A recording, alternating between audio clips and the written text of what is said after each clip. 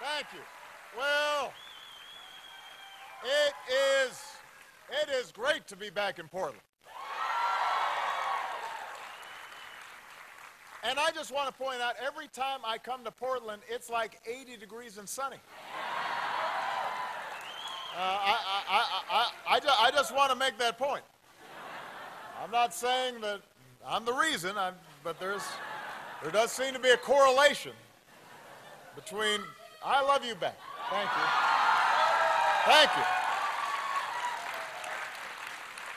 A couple of people that I want to acknowledge because they're doing outstanding work. First of all, your excellent Governor John Kitzhaber.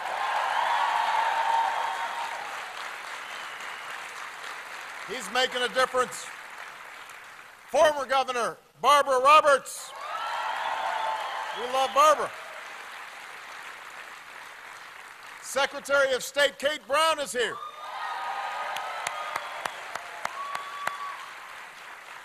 Kate is making sure here in Oregon everybody gets a chance to vote. We like that in her. Mayor Sam Adams is here.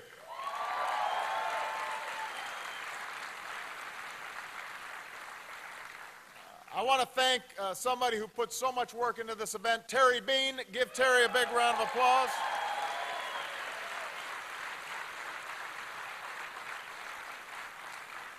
And even if you are a Ducks fan, I want you to give a big round of applause to the best brother-in-law anybody could ever hope for, and an outstanding basketball coach of the Oregon State Beavers, Craig Robinson.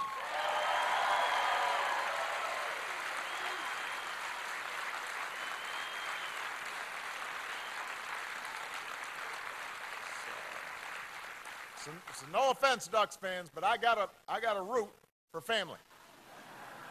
All right. Now, if folks have chairs, feel free to sit down. If you don't, I see a few do. If not, just make sure to bend your legs so you don't faint.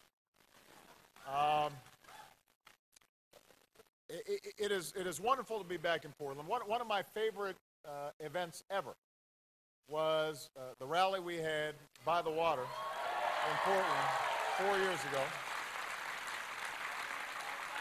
It was a day just like today. It was just as pretty as can be, and there were folks out kayaking and out in boats, and you just could see as far as it was just beautiful, and the people could not have been warmer. And so I just want to thank all of you for being so welcoming.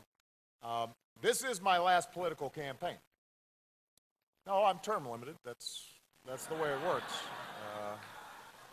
And it got me thinking about some of my first political campaigns. When I was first running for the state Senate, and Craig will remember this because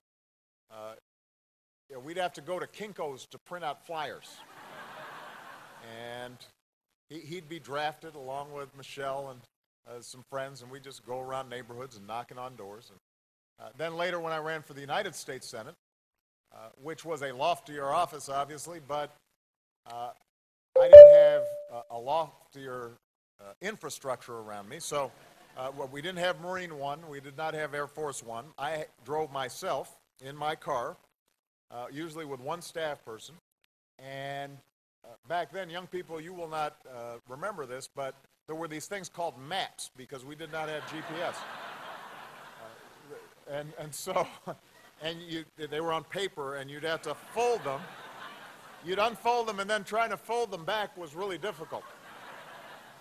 And I'd get lost because Illinois is a big state, and I'd take the wrong turn and wind up in the wrong town. And when I finally got to the event, I'd have to look for my own parking spot, and you'd end up being late, and sometimes it'd be raining, and you had to see if you could find the umbrella somewhere in the back with all the junk that was there. But I have such fond memories of those campaigns because when I'd travel throughout Illinois, you'd go to inner cities, you'd go to rural, small farm towns, you'd go to suburbs, you'd meet folks from every walk of life, every race, every faith, every background, every income level. What I'd hear are stories that reminded me of my own family stories. So I'd see a retired veteran, and he'd remind me of my grandfather. And I'd think back about my grandfather fighting in World War II in Patton's Army, and while my grandmother was working on a bomber assembly line, and how when he came back, he was able to go to college on the GI Bill. And my grandparents were able to buy their first home with the help of an FHA loan. And I think about the incredible journey that they had traveled because they were lucky enough to live here in America. And I'd meet a working couple, and I'd think about Craig and Michelle's parents. You know, their dad, by the time I met him, could barely walk because he had MS. He had to use 2 canes. And he'd have to wake up an hour earlier than everybody else just to get dressed to make sure that he punched the clock on time. He worked blue-collar job at the water filtration plant in Chicago, and Craig and Michelle's mom worked as a secretary, but they had such strong values and such love for their family and such a sense of responsibility that they were able to give their kids everything they needed to thrive and succeed. And I think back to what an incredible country it was where Craig's mom and dad would be able to watch him succeed and Michelle become the First Lady of the United States eventually. Now I meet a single mom, and I think about my own mom. My dad left before I even knew him, and so she had to raise me and my sister and work and go to school at the same time. But because she was able to get grants and scholarships, she was able not only to get a great education herself and ultimately help women around the world develop themselves, but she was also able to give me and my sister this incredible education and these incredible opportunities. And so everywhere I'd go around Illinois, and eventually everywhere I went as a presidential candidate, what I consistently see is this running thread, this core theme, this basic bargain that is at the heart of this country. And it can be described very simply. It's that here in America, no matter what you look like, no matter where you come from, no matter what your last name is, no matter where you worship, here in America, if you're willing to work hard, you can make it. Here in America, if you are acting responsibly, you can succeed. Here in America, this basic notion that if you're willing to make an effort, you can find a job that pays a living wage and allows you to support a family. That you can get a home that you can call your own, that you can have the security that if somebody in your family gets sick, you won't go bankrupt, that you can send your kids to a good school, you can retire with some dignity and respect, and that your kids can do better than you ever imagined. That's what America's about. That's what has made us the envy of the world. This idea that here you can make it, and that everybody gets a fair shot, and that everybody does their fair share, and everybody's playing by the same set of rules. That's what built the greatest middle class in the history of the world. That's what made us an economic superpower.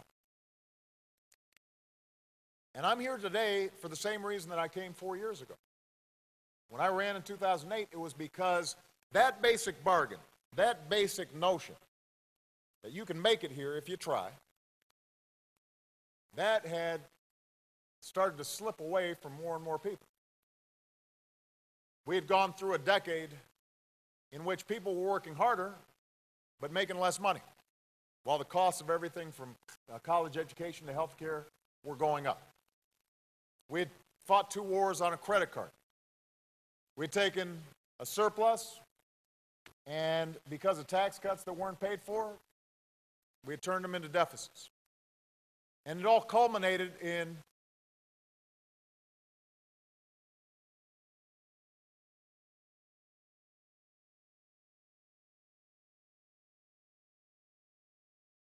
Lab report says epibetadine. What's epibetadine?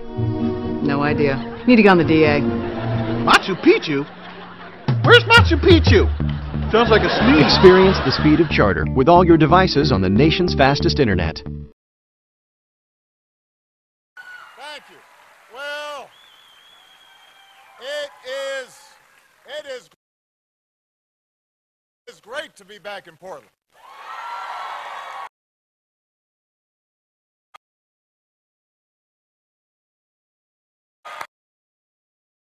Mayor Sam Adams is here.